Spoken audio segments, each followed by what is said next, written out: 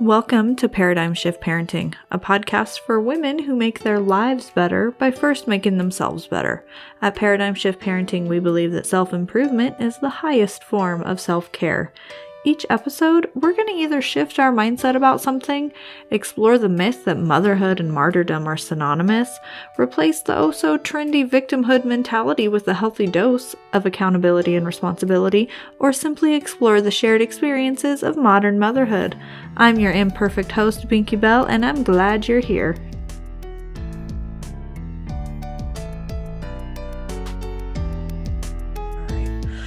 All right. Hey guys, welcome back to another episode of the Paradigm Shift Parenting Podcast. Obviously, this week we're doing something a little bit different. I am here with Kara Myers of Sweetly Splendid. Kara is a food blogger and she's also a business owner. So through the course of this pandemic, Kara reached out to me because she noticed that she had been answering a lot of the same questions in a lot of her Facebook groups. People were asking, looking for information and insight on how to manage working from home and dealing with young children. So she has a lot of insight with this. She's been doing it for a few years now.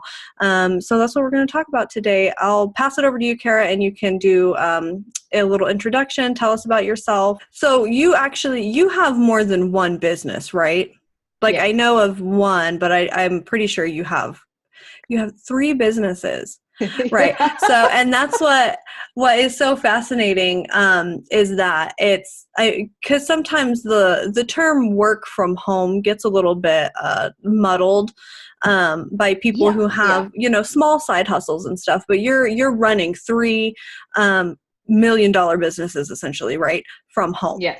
So I think, what's interesting about the situation with this pandemic is we have so many families who don't work from home, families who don't homeschool, families who don't keep their kids home, who are now suddenly having to do all 3 of these things. So it's kind of a perfect storm for a lot of stress, a lot of problems. And from what I understand, you manage it really, really well for the most part, right? It's like a bit of controlled chaos. It's just having kind of like the right mindset and sort of having it in the right, like I said, controlled chaos environment to where it's kind of like balancing all the plates on all the hands. So it's not, and just keeping them from all falling at the same time. I feel like, without sounding, boastful or cocky, I feel like I do manage it really well, considering. I didn't really realize it was a thing that people would struggle with because I'm so used to it that right. I didn't realize it was a thing that people would struggle with until this pandemic happened.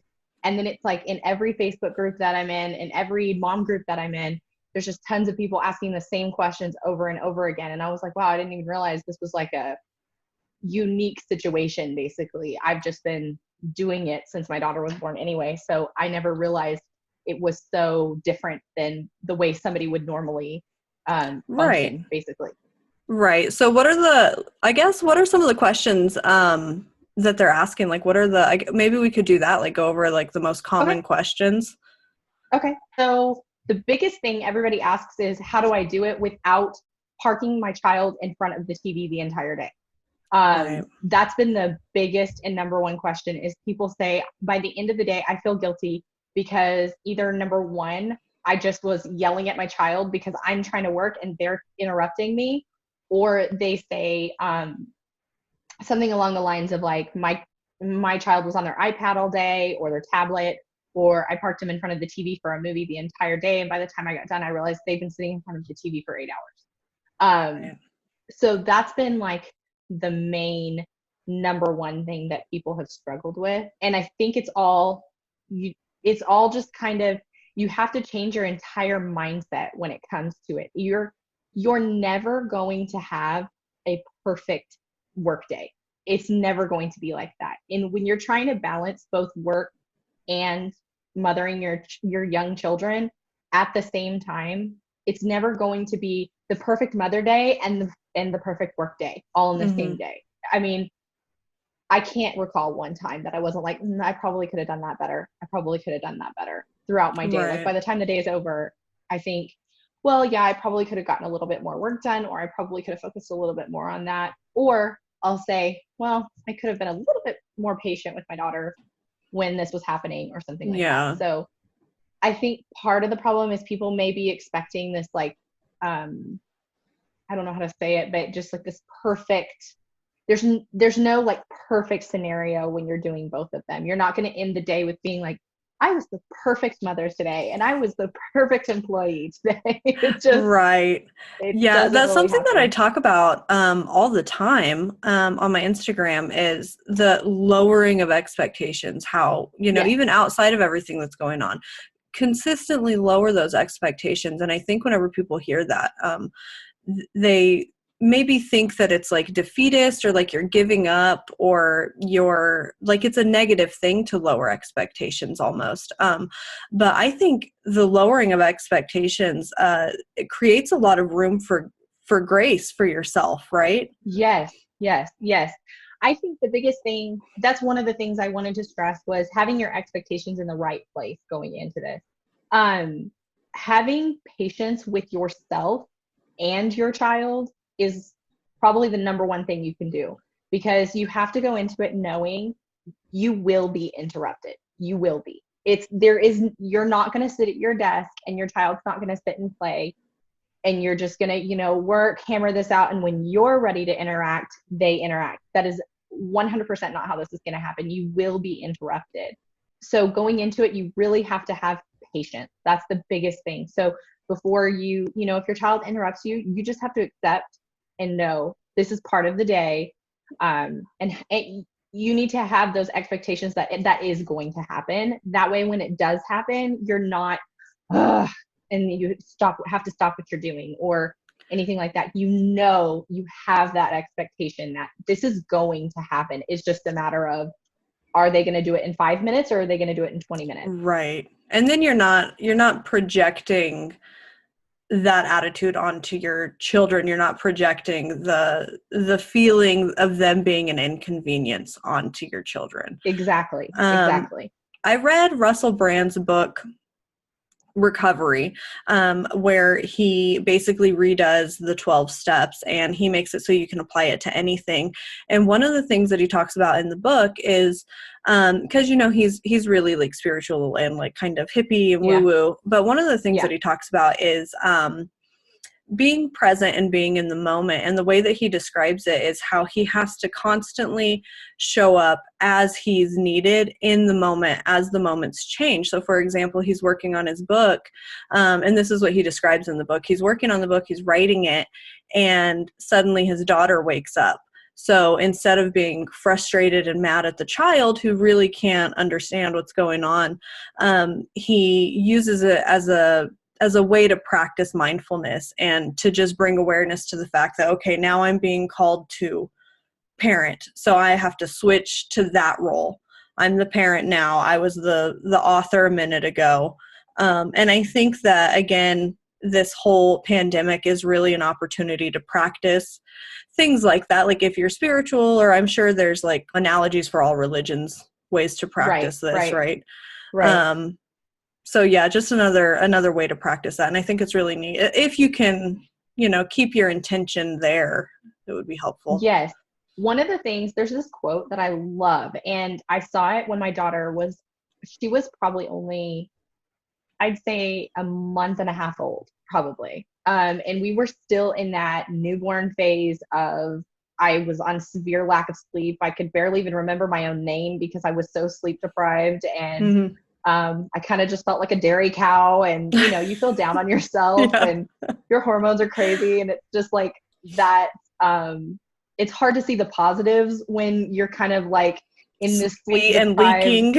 Yes, yes. You like feel gross and you're like, it's just like this phase of just like, oh, like do Yeah. I smell as nasty as I think I do? And like things like that. So I was in one of those phases, and I remember my daughter was so fussy that day, and I happened to come across this quote, and I don't know it word for word off the top of my head in this moment, but I actually reshared the picture recently on my stories. But it essentially says, you don't have this day with your child ever again. At this age, at this stage, you will never have this day with your child again. So I loved it because it was like, it's a good reminder for me to think about this moment right here, as frustrating as it might be. I will never have this moment with my child again. I will never have her at this age again. And so do I want to sit here and be frustrated and yell at her for, in the grand scheme of things, interrupting my work? Or do I want to take the time to have the patience with her and have her know me as a patient mother and as somebody who didn't find her computer more important than her or what she had to say in that moment? So for me, I really like to take a step back and remember that quote where it's, you will not have this moment with them at this age, at this time, ever again. So I try to keep that in my mind and think, you know, yes, work is important and owning businesses is important, and employees rely on me and things like that. I mean, you've heard me with my stress some days, and it's rough some days. It's really rough. And but I try to remember with her, I'd rather be poor in a tiny house, you know, that sort of thing. And her knowing that I loved her and I was patient with her versus being successful in my business or whatever it might be. To me, I feel like it kind of comes down to a priority for me of, I don't want her to remember me as just being agitated with her anytime she tried to ask me for something while I'm sitting at my computer or something of that nature. I try to always remember that before I get snappy or before I get impatient. Yeah, I love that. And I often think of the fact that like we don't get to choose or even really play a big part in how our children internalize certain memories. Like I think about the fact that I have memories of you know, my parents doing or saying something that just stuck with me for life. And if I brought it up to them right now, they probably wouldn't remember it at all. You know? Yeah. So like you don't know how they're internalizing, you know, leave me alone, give me 5 more minutes. I think it could have like a really damaging effect. But that being said, work is super, super important, right? Especially if you are not a business owner and you're working for somebody, right? Are people asking you about, I don't know, are people concerned about getting their workload done because they have a specific workload that's being required of like a superior? So one of the things that people are struggling with is that they feel that their supervisors and their bosses and that sort of thing are still requiring them and expecting them to do the same amount of work at home while caring for their children. With these supervisors knowing that they don't have childcare anymore, and they feel expected to still produce the same, to still complete the same amount of tasks, to still be able to function in the same way. And I'll be honest, there may be some bosses that are a little bit inconsiderate and do expect that. But I will say, we have one employee that works remotely. She's always worked remotely from the start of her position because it's a position that doesn't require her being within our office. And when all of this started happening, that was one of the first things I asked her was, do you need a little bit more flexibility? Like, are your kids going to be home with you now? Let me know. She lives in Indiana. And so I don't have the same knowledge of what shelter in places they have going on, when their schools are closing, that sort of thing. So I just kind of relied on her to leave me. And thankfully, the way her job is structured and things like that, she said, no, I'm okay. Me and my husband can kind of split it and it'll be okay. But that was one thing as a business owner, I did ask her, because it is unrealistic for a business owner to say, I still expect you to, while homeschooling and raising and doing all these things with your child, to still work 8 to 5 and be completely productive in that time and not let anything fall through the cracks. Yeah. That's unrealistic. And that, to me personally, would say a lot about the person you're working for if they did expect that of you. Seriously, yeah. It would be a good time to review kind of what are their expectations of you on a normal basis, you know, in other areas. But so kind of my method that, you know, I'll talk about in a little bit, that I go through wouldn't work necessarily for somebody whose supervisor is still expecting them to work 8 to 5, Monday through Friday, never taking a break, not tending to their children, that sort of thing. If your supervisor is expecting that, then you could probably have some takeaways from this, but it may not work 100% in the same way that it works for me. But with the pandemic, I mean, I have friends that are now working from home or working weird shifts and things like that, but bosses seem to be, throughout everybody that I've spoken to, understanding of the fact that if they have school-age children, they're having to homeschool their children for at least a few hours a day or things like that. So they're allowing their employees to at least like switch shifts where, like I have one friend now that is working, she used to work 8 to 5, but now she rotates days where she'll work, I can't remember the time frame, but it's like 6 a.m. to noon one day, and then noon to 6 the next day, and then 6 a.m. to noon the next day. And it's her and a coworker are flip-flopping the shifts, so that because they both have kids and they were able to cover for each other in that time being. So if anybody does have a supervisor like that, if they have a coworker that maybe they can work something out with, that would be super helpful, because I know as an owner, I would have 100% allow my employees to do something like that, as long as the jobs are covered and the job is getting done. Right. With the pandemic, it's just kind of an unusual situation, so they should have some flexibility. Yeah, I think it's probably helpful that so many of the supervisors are in the same boat, like they're having to work from home too, so they get a taste of it. I also think that I could be wrong, but from what I understand, there's a lot of studies that indicate that women are less likely to use their voice whenever there's a problem with their supervisors or the work dynamic or whatever. So I feel like now would be a really good time to practice using your voice and speaking up if you have an employer who's being kind of rude about this situation, and just make it really clear to them. I mean, I could be wrong. I don't work, but I feel like it's a good chance to, if somebody's kind of bullying you about having your kids at home, now would be a good time to really just explain to them what's going on and what you're willing to do. Yeah. So talking from like a boss perspective, from a supervisor's perspective of that, it is all in the way that somebody approaches the conversation for me and for my husband, because my husband is managing people. So it's all in the way that we're approached, and we both feel the same way. And we know a lot of other business owners, and we kind of all have the same mentality, as far as, I mean, if you come to us and you're like, you're unreasonable and I hate the way that I do my job and I hate this, we're kind of caught off guard and kind of just like, hey, if an employee has never expressed any of the feelings before, it does get it is kind of like being blindsided.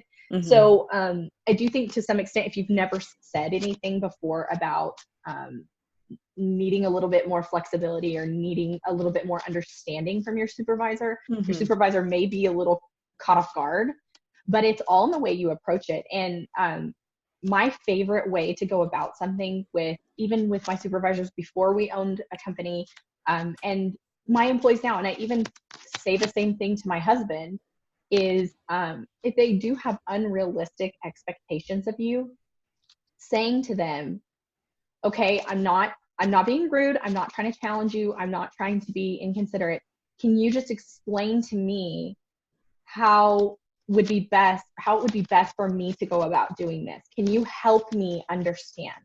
Can you help me to figure out a way to accomplish all of these things during this time?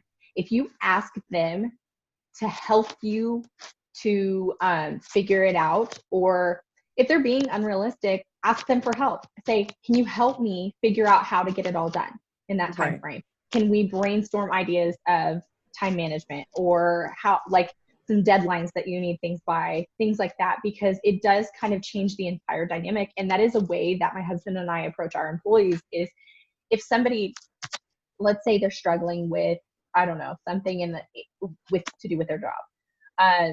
There's a task that they just can't get done, and it keeps getting done improperly. And we've approached them and we've talked to them about it, and it's just not getting done properly. And so before we go to the route of, okay, I'm going to have to write you up because you're just blatantly not doing this correctly, we try to not go that route. We try to focus on a way of, how can I help you to do this item properly? What can I do as a supervisor to help you figure out how to do this and to understand how to do this portion of your job? Can I help you with training? Can I help you with instructions? Can I help you by walking through it with you? Would it help if another person did something differently prior to this arriving to you? Mm-hmm. What can we do to help you to get this accomplished? So if you kind of take that and flip it from the employee side and say, can you help me understand this? Can you help me figure this out? It's a lot more of a positive and productive way to approach it than just, hey, this isn't working out for me and I don't like it. So. Yeah. Well, and then it goes back to, like you said, if you approach your employer with that kind of with that type of conversation and they're still unwilling to help you, then like you said, it's probably time to evaluate who you're working for and see if 100%. it's worth it. And I think now would be a good time to mention the fact that obviously, like the tips and stuff that you share here in a bit, they aren't going to apply for everybody. It's not going to be useful to everybody. I'm speaking for Kara now. We don't presume to have all the answers to your problems. And I think our only intention here is to just keep the conversation going. And you can pick and choose, try things out. But that's the only way we're gonna solve this problem that everybody's having. What's another thing that people are asking you often? I'm trying to think. One of the things is kind of like, how do I, because people feel like now their home life balance, prior to the pandemic, it was kind of like the home life balance thing was, okay, I would go to work and I'm in work mode and I do that. And then I come home and now I have my home life. Mm-hmm. And they're feeling that it's all just one big blur now. It's just my home life and my work life is all blurred together. How can I keep it separate? How can I turn it off? Because one thing that people struggled with prior to the pandemic of working from home is knowing and being able to turn it off, turn work off, to be done Right. for the day. Because, I'm guilty of it too. My desk is right there. So I could just, while, the little thing is buzzing in the back of my brain, I'm like, I'm just going to go do it. I'm just going to go sit down at my desk, get it done, be done, get it off my plate, move on. And while that's helpful sometimes, one of the things that I recommend to people is you have to have boundaries. You still have to set boundaries for yourself. While kind of the technique that I use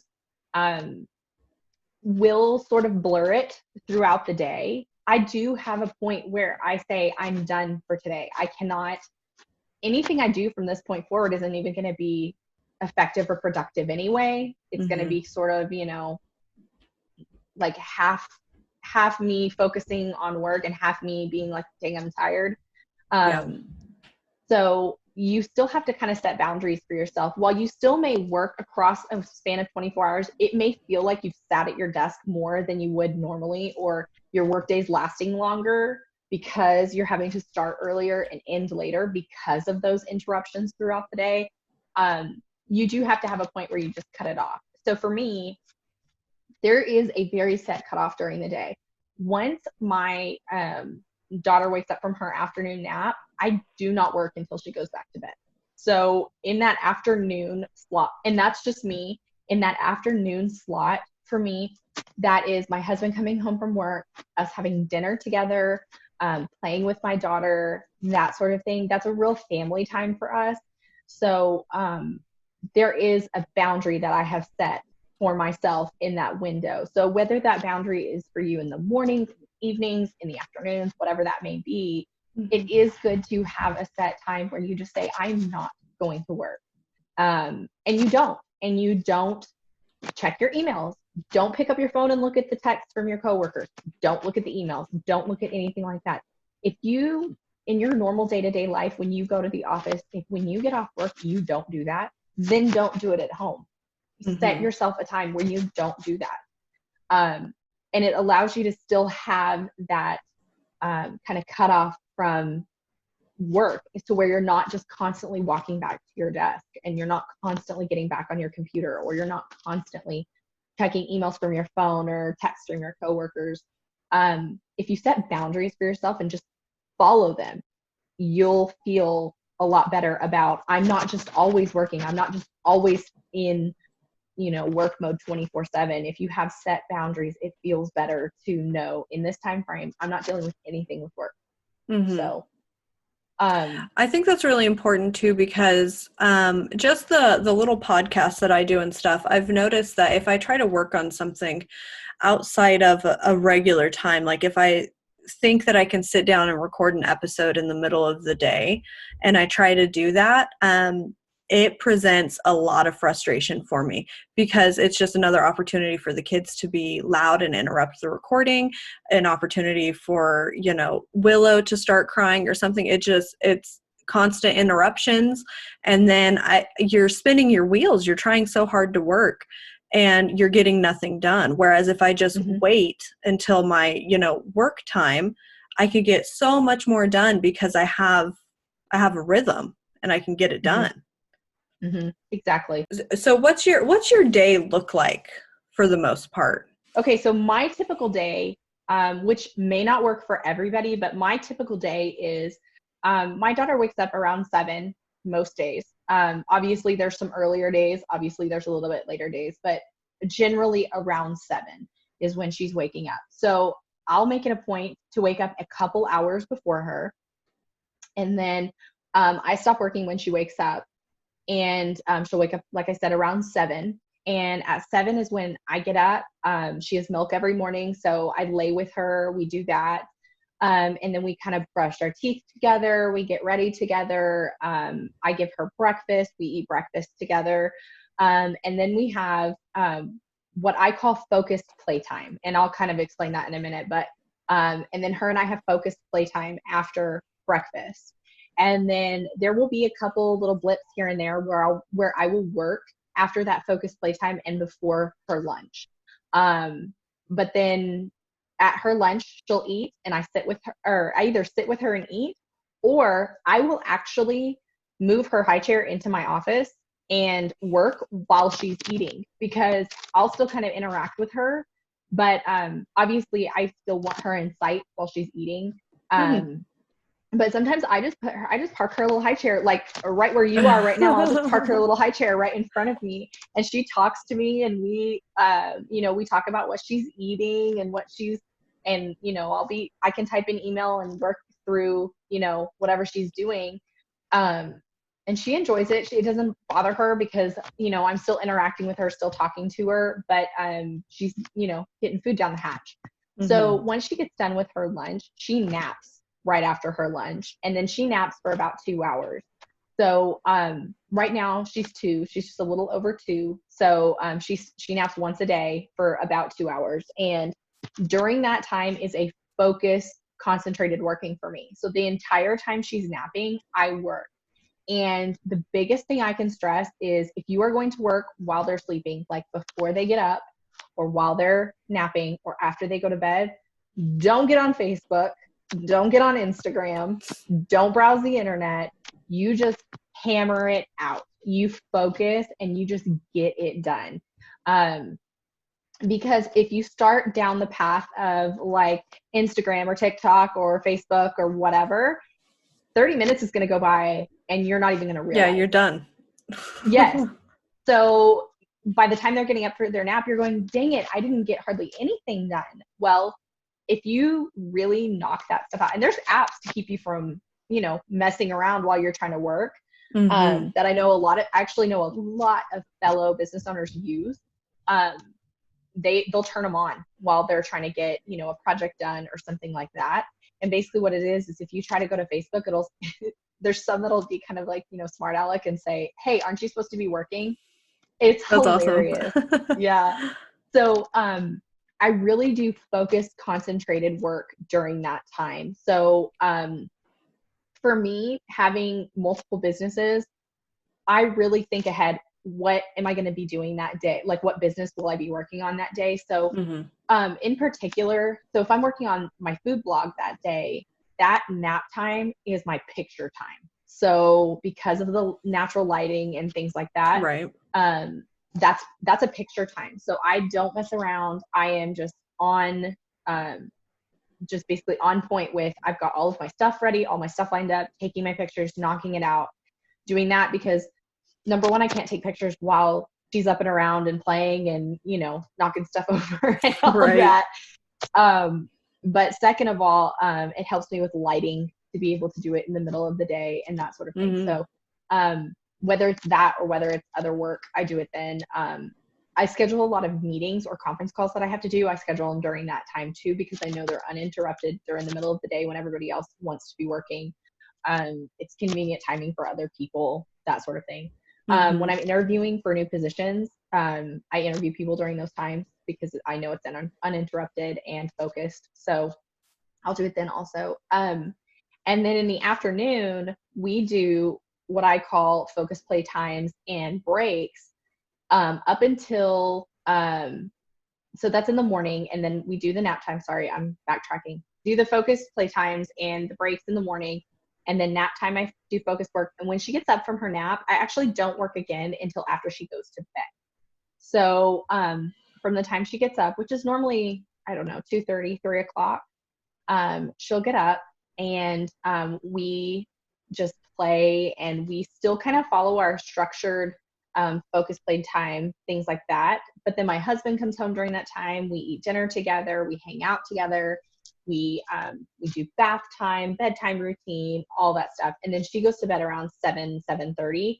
And then I'll usually work for another 2 hours or so after she goes to bed. I don't always work after she goes to bed. Some days I'm just exhausted and I just say, okay, I'm done. And I start over the next day. But that's kind of a general overview of how my day goes. There is working while she's still awake. There's little blips of working throughout the day while she's awake. And those little blips of working, those are, I'm assuming, things that you have the mentality of, it would be great if I could get this done, but if I get interrupted, not a big deal, right? Because you know that you have a focused work time coming up eventually. Yes. So I actually, one of the main things I would recommend that people do, and it's the way I sort of structure my day, is I do a to-do list, and it's not your normal to-do list. And it may seem kind of redundant or ridiculous, but it is incredibly helpful. So what I do is I write down everything that I need to get done. It may seem silly to write down, check emails, but write it down. Write everything down that you need to get done. And then what you'll do is you sort it by time. You sort it into categories of focused, concentrated work and how long it's going to take you. And then tasks that are small and immediate and that can be interrupted and that can be, that are small, little, tiny tasks. Are those the things that you can do with like half your brain? Yes, 100%. That's exactly what it is. So for me, the things that take longer are, like for me in particular, when I'm doing anything with finances, are the things that go on the longer ones, things that need my full attention and my 100% concentration. That goes to that side of the to-do list. On the other side of the to-do list, they're the little tasks that I can just, like you said, use half my brain, do real quickly, send them off. It's not a big deal. And so I divide my to-do list in that sort of thing. And so then what I do is before she wakes up, while she's napping, or after she goes to bed, I focus on only doing those, like the longer items that need my full concentration. That way I'm not using that precious time for little menial tasks that I still have to do, but could be done during the day. It basically makes my time more efficient. And I spend a little bit of time each day making sure, just reviewing really quickly, that my to-do list has everything on it. It'll always be kind of like a running list. You never like complete everything on your to-do list in one day. But anything that pops up, I kind of categorize it. And mine is super simple. I literally have it in Word on my computer, and it's just saved on my desktop, and I open it, and as something pops up, I just type it on that list and move on like that. So that's a really good idea, because it's probably easy to get really scatterbrained whenever you have your kid talking to you. Maybe you have multiple kids.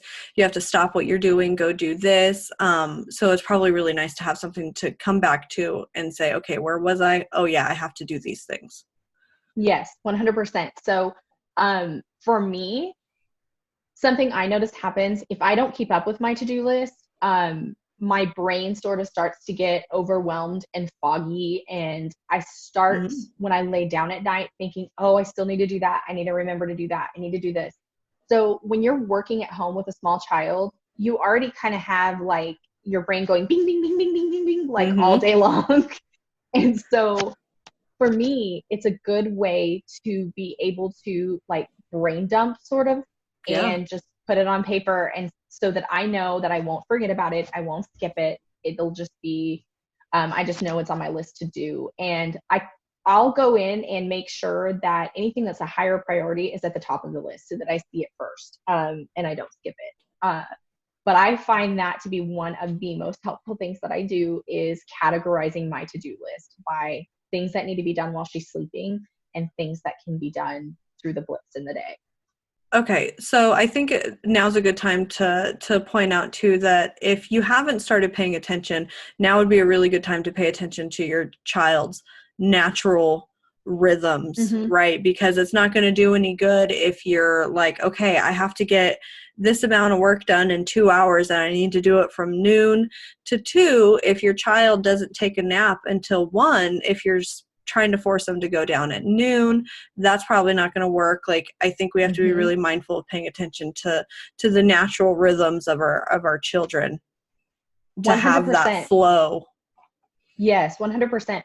One of the things that I recommend is have a routine in mind, but not a rigid schedule. Have a routine in mind. So for me, I think of my day in blocks. I don't know if normal people do that, but I think of my day in blocks. And my blocks are before my daughter gets up, when my daughter gets up, when my daughter naps, when my daughter gets up again, and after my daughter goes to bed. That is exactly how my brain thinks. And I think in blocks like that. So I don't think of them as a rigid schedule because, of course, my daughter is not going to wake up at 7 o'clock and go down for her nap at 12 and wake up at 2 and go down to bed at 7. Like, it's just not going to happen like that. Yeah. So I'd like to have a routine in mind going into it. You don't have to say, at 9 a.m., we're going to do a puzzle and it's going to be this puzzle and we're going to do that puzzle till 9:15. I like to think in more of a generic terms of a routine, but having a routine in mind will help lessen the frustration that you have throughout the day. Knowing that it's not a schedule, knowing that it can change, but just knowing, hey, from around this time to around this time or midday, my daughter's going to nap. And then after that, we're going to play. And then after, just sort of thinking in a very loose routine type situation. And I actually find that my daughter, when we kind of follow a routine, actually, I don't know if it's just her, but she seems to be more comfortable with that. She seems to be a little more relaxed when she sort of knows what's coming, kind of thing. Like, she knows that after lunch, she's going to go down for a nap. She knows that, after we eat dinner, we kind of have the same general routine. Obviously, there's days where that changes, but having sort of a same general routine, it kind of keeps her from, I think, feeling kind of frazzled by, okay, we're doing this, we're doing that, we're doing this, we're doing that. Yeah. She kind of knows what to expect. Yeah, I've found that to be true for a lot of children. I think it's important too to remember, like, if your child had previously been in daycare or staying with sitters or other family members or whatever, that their routine has been interrupted too. They've been pulled out of their regular life too. They're pulled out of school and they're stuck at home. So whatever stress you're feeling with suddenly having to work from home, they have a little bit of that too. Like, it's probably pretty stressful for them as well. And that's why, these words, they're hippie words, but they resonate so well with me, to have a flow with your day, a routine or a rhythm, not so much a schedule that you have to be tied to. And then to just focus on, the feeling. How do you want your day to feel at the end of it all? Like you said, like, do I want to be like a tyrant to my child, or do I want to focus on the feeling of harmony and flow, like we're just going to work together? I think that's really nice. Yeah. So I sort of, in that same mindset, one of the other tips that I would have is I think of, in the terms of thinking of my day in blocks. Something that we do is, and what works for my family is, we play in blocks, time blocks. So we have what I referenced, focused, concentrated playtime. So what I'll do is, what works best for us is about 30 minutes. For her age, you have to kind of keep in mind going into these things that young children are not going to sit and just like do an activity for 30 solid minutes focused on it. It's just not going to happen. And so what we like to do is focused, concentrated playtime. That's just what I call it. But I always make them very simple things. It's not some complicated Pinterest, bougie little activity. Right. They're very basic things. Like, one of the things we really like to do is play, there's these little foam letters. They have magnets on the back of them, and you can stick them to fridges, but they're letters and numbers, and they're all different colors. We will play with those, sorting by color, sorting by letter, talking about the different colors, talking about the different letters. But essentially what these focused, concentrated playtimes are hands-on moments where I am not working, I'm not dividing my attention, I am just focusing on playing. And granted, I have one child, but I think it'd be perfect to have, if you have multiple children, like, this is the moment that mom sits down and plays with us, just focused on us, and not work, and not her cell phone, and not her computer, anything like that. But I sit down, and sometimes it's just sidewalk chalk. Sometimes it's playing with those letters and numbers. Sometimes it's just playing with her little animals. We have this little, it's like these oversized wooden beads that you string on a string, and they're different primary colors. And we sort them by color, we sort them by colors and shapes, and we string them on there, and we have fun swinging the strings around and that sort of thing. But I do it as sort of a brain stimulation thing for her. But it's a very hands-on activity that I'm doing with her and only her. What I like to do is do that, but just don't overthink it. It doesn't need to be anything like extra special or anything like that, because she'll get tired at just like these simple activities. Her little brain starts to get tired, and so we take a break. But I set a timer for 30 minutes. If it ends up ending before that 30 minutes, cool, that's fine.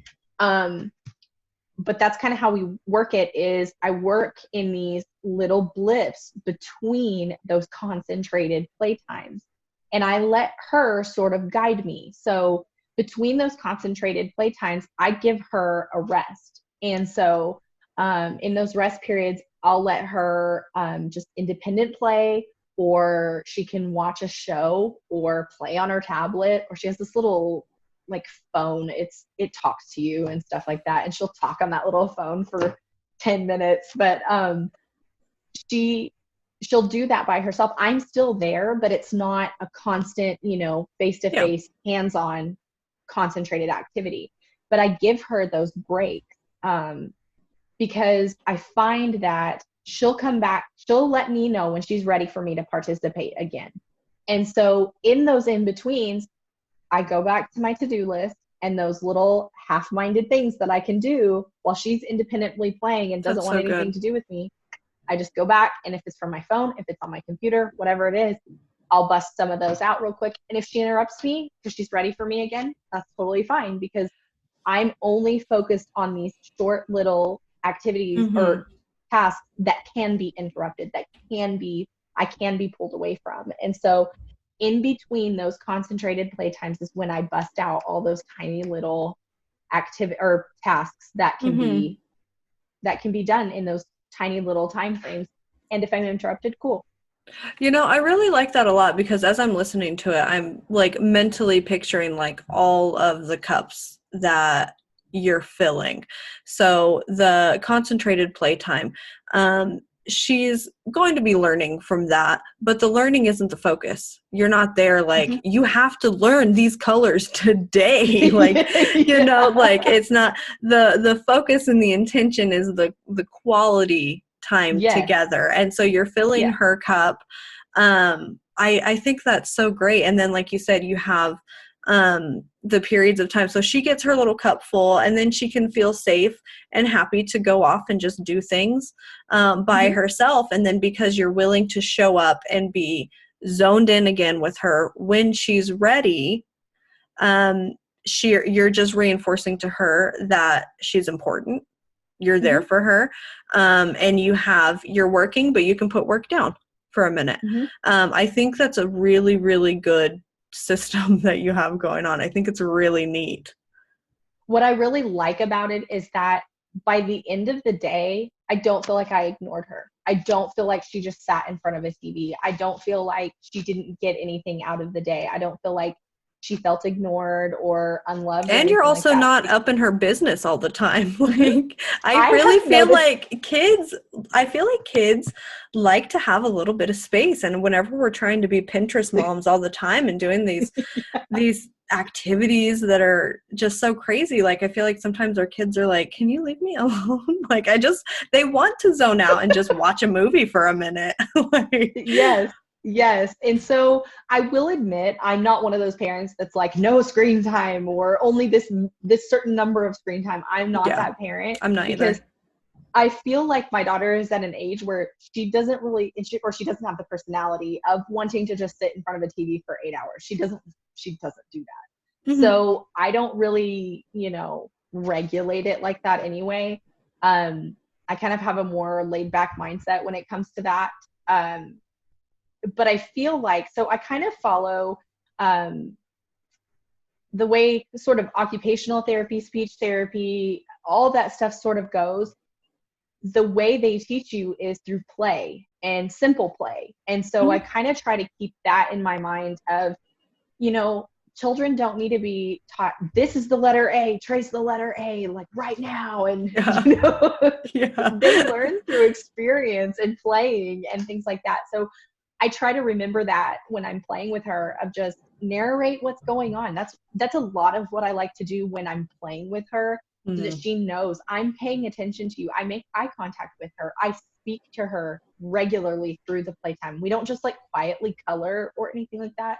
If we're coloring, we talk about the colors. We talk about what's on the page. We talk about the different pictures and the different shapes and stuff like that, just so that she knows I am here for you right now. This is my time with you. And just so that she knows I'm listening, she knows that I'm there.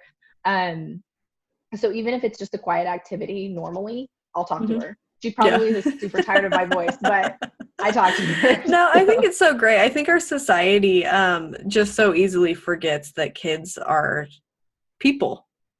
They're yeah, people, and you can talk to them, and you can even this. yeah, I mean, I talk to Willow all the time, like I would talk to you. Like, I'm like, hey, do you want to go play outside?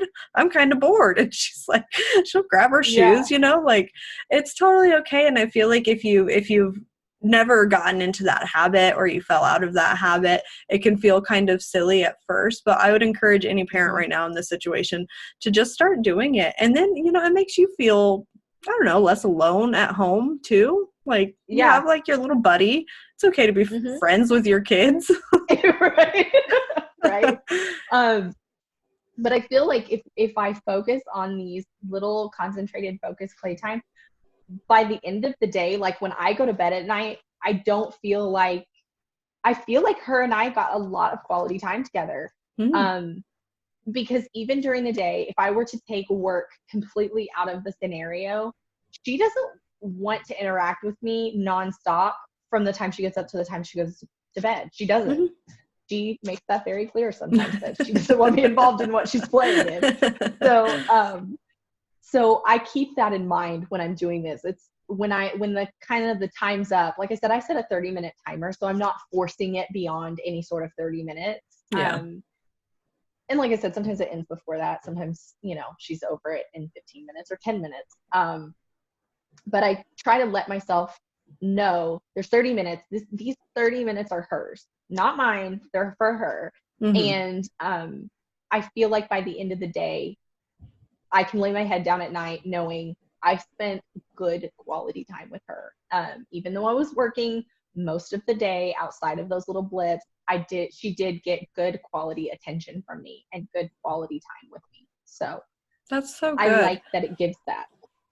In the Facebook groups that you're answering all these questions in, is the concern more about the child, or are people more concerned about getting the workload done? Like, are people more concerned about their relationship with their kids and like managing it, or are they more concerned about physically like having the time to get the work done? Like, just in your anecdotal kind of feel. In my opinion, what I've noticed is it's the guilt.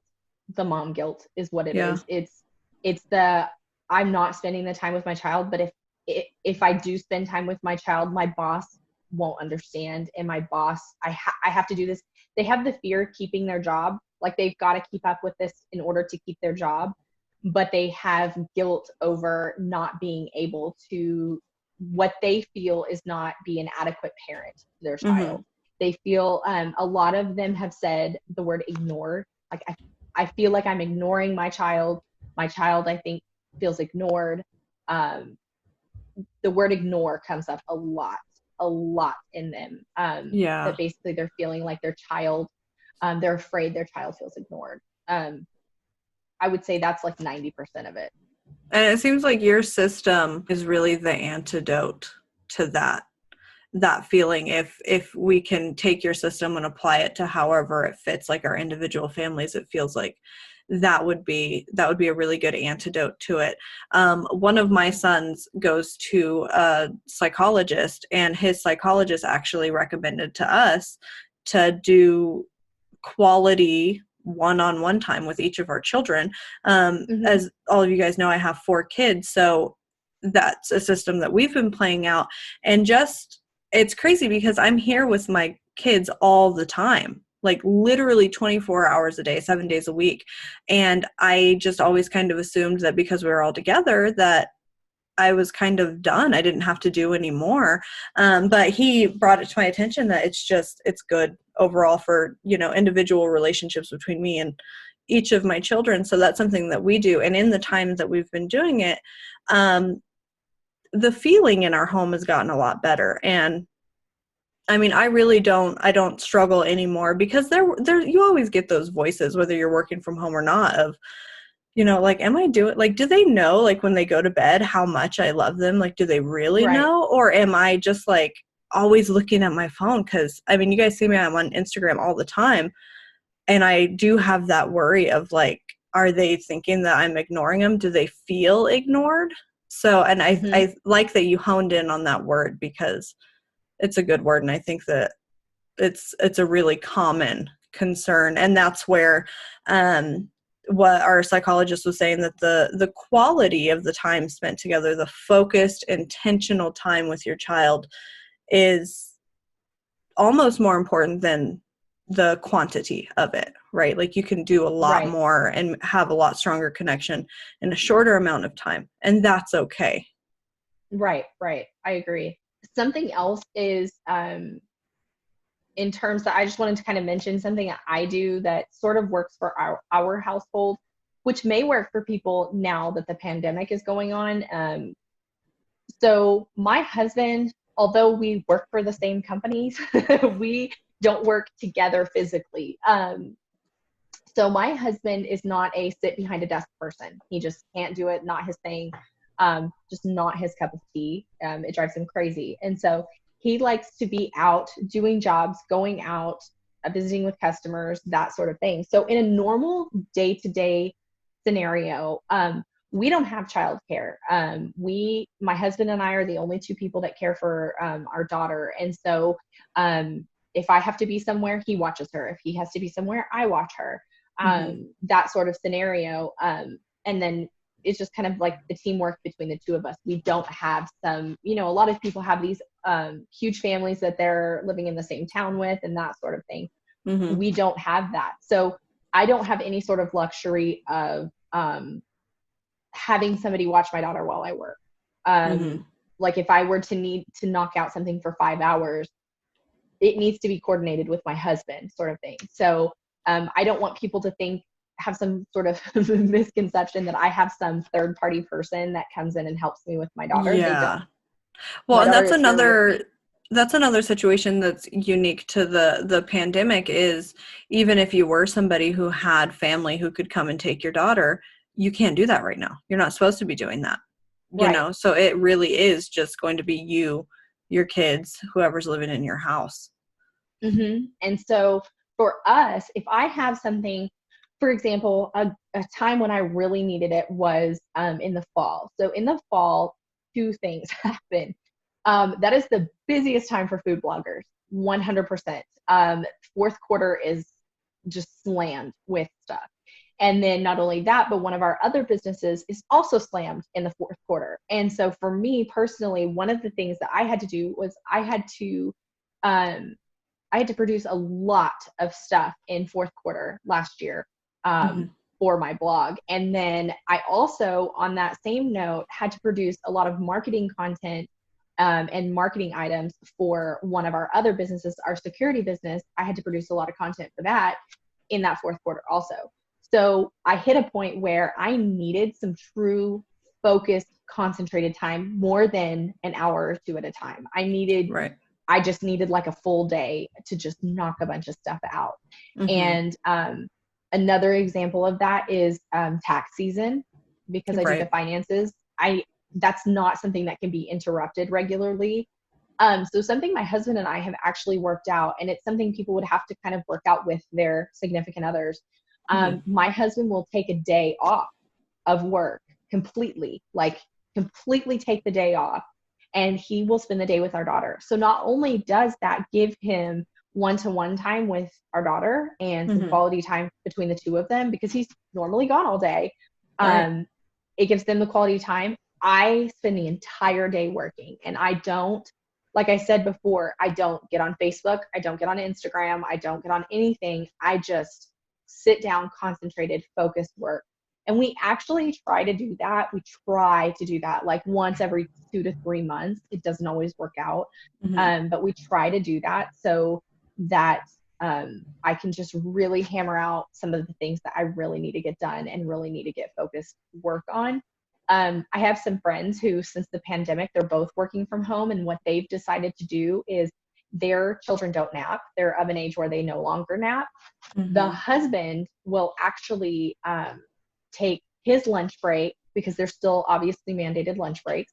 Mm-hmm.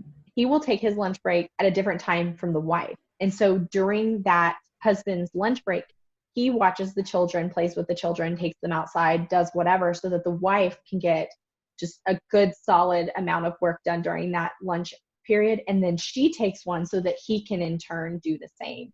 And so they kind of alternate in a situation that would normally be a nap time for a younger child.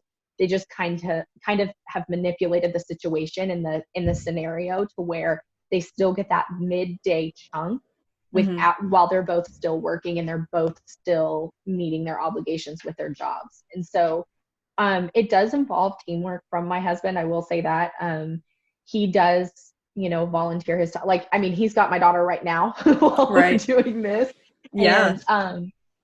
and so I feel like it does involve that teamwork. But he will, I have to communicate to him and say, hey, I've got a backlog. I really need some concentrated work time. Can we sit down, look at your schedule? Because his schedule's all over the place as far as meeting customers and that sort of thing. Mm-hmm. So it does have to be something that's scheduled out for us in order to do it. He can't just say, hey, tomorrow I'll take off work. And Yeah. so we sort of do it like that. And we schedule it out. I mean, as unromantic as that sounds, we sit down and look at our schedules and say, hey, when can I have a day? And that sort of thing. And we'll schedule it out to where he watches my daughter that day and he's with her and he plays with her all day long and they have their quality time. And I just work the entire day.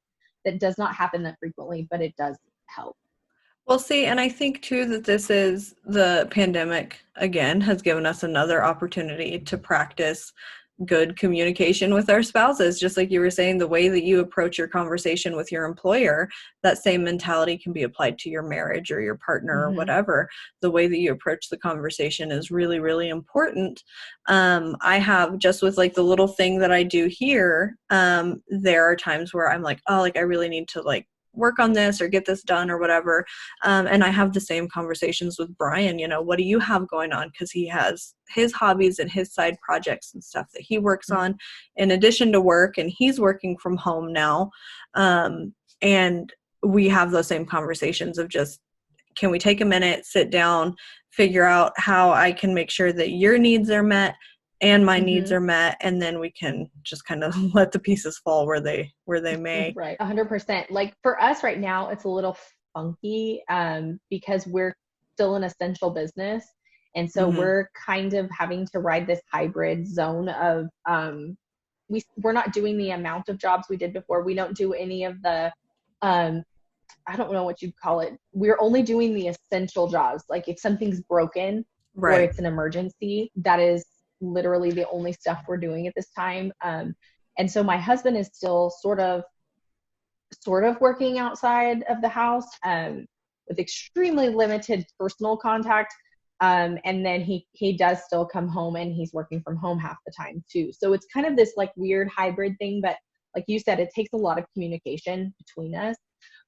Owning a business together is a sanity tester and a relationship tester to the max. Um, but communication was like the number one thing that has helped us to be successful in the business, in our marriage, in our relationship, and ultimately in our friendship with each other. Because Yeah. there was a time, I can't even remember how many years ago it was. I want to say it was maybe like 2012 or 2013, where we had so much going on with one of our businesses in particular that we were staying up until about 4 a.m. And Gosh. we would sleep for maybe about 2.5 hours. And then we would get up and we would work the entire day. And then when we would come home from work, granted, we did not have a child at this time, Right. we would come home from work and we would scarf down dinner and then work again. I was actually working at a separate job from the company we owned. I was working a separate full-time job and he was working for the company we owned. And so I would go work a separate job, come home, and then all night I would work for our company and then till like 4 a.m. And we kind of laughed when we looked back at it because we realized that when we would start arguing is when we'd go to bed. We'd be like, okay, we can't do this. And we would go to bed the second we would start disagreeing about stuff. And so then we'd wake up the next morning and start all over. And we both joked that we aged like 10 years in that 6-month time frame. But I mean, it takes a lot of sacrifice and that sort of thing to be able to work from home and raise a child and still have a healthy marriage. And, there's a lot of little puzzle pieces to it. But I will say that the biggest thing that helps me to be successful with it is to be patient and to communicate. So being patient with my daughter, being patient with myself, being patient with my husband, and kind of Mm-hmm. communicating across the board of if I'm not being able to get stuff done, like if my husband and my daughter are like, let's say they're playing and they're loud, they're rowdy when they play all the time. It sounds like Yeah. a circus, but when they're loud and rowdy and playing, but I need to be on a phone call, I have to communicate to them. So instead of being frustrated about the environment around me of working from home, the real sounds that happen, the dogs barking, the kids playing, my Yes. husband talking, that sort of thing, I communicate to them that this is what I need right now. This is the environment that I need because I have to get these things done. And they understand. There's no barking, yelling, screaming, that sort of thing at each other. It's just a realistic expectation going into it and being patient with each other and Mm-hmm. realizing that it's kind of a unique situation. It's not everybody's cup of tea sort of thing. So. Yeah. Yeah. I think you hit on all of the important parts that during this time, like, it's crazy. It's gonna be a crazy time for everybody. Mm-hmm. So I think every day kind of waking up and expecting it to be a little crazy, expecting to be interrupted, really helps you to prepare to practice patience. Mm-hmm. And the practice of patience, taking a breath, stopping, pausing. It sounds so silly, and we hear these things and they sound too simple to work. Just the act of stopping. I'm going to stop working for 5 minutes and go where I'm needed, go with my kids.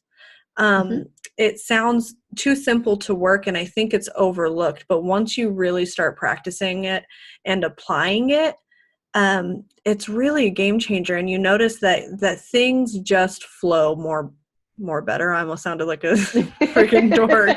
Things just flow better. And then from there, you can really, really tweak your schedule, tweak what your needs are, because, I saw something the other day that was saying how everybody's waiting for things to go back to normal, but really we just have to accept this as normal. This is our new normal. We're not going back to anything. This is where we are right now. This is what we're working with. And I think that mentality too is really, really important. I agree. One thing I will say is that if you don't expect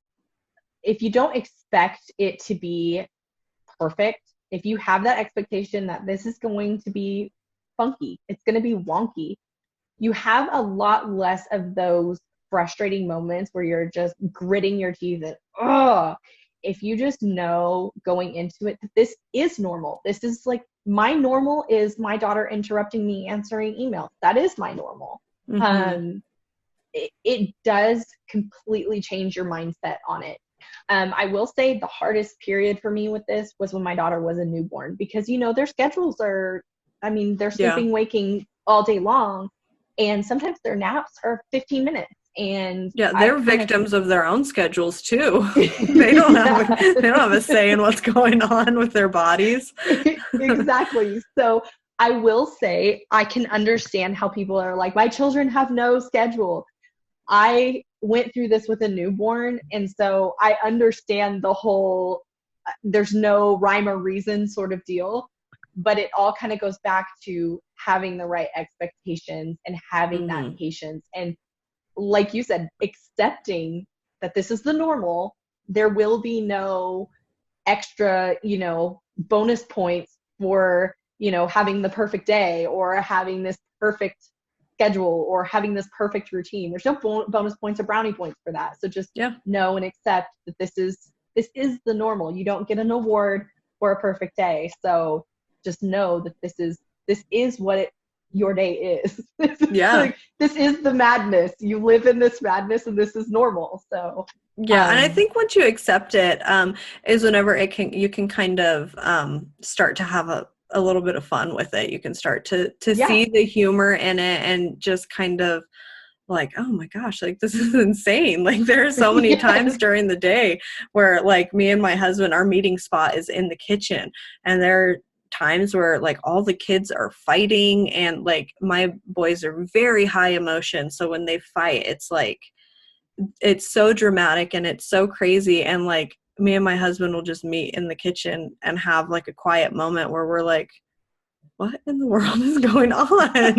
But like you said, like if you just accept it, that this is going to be a crazy time, a crazy season, you can start to have fun with it and play with it a little bit. And I mean, that'll again make everything so much easier. 100%. Definitely. So did you have any other tips or anything?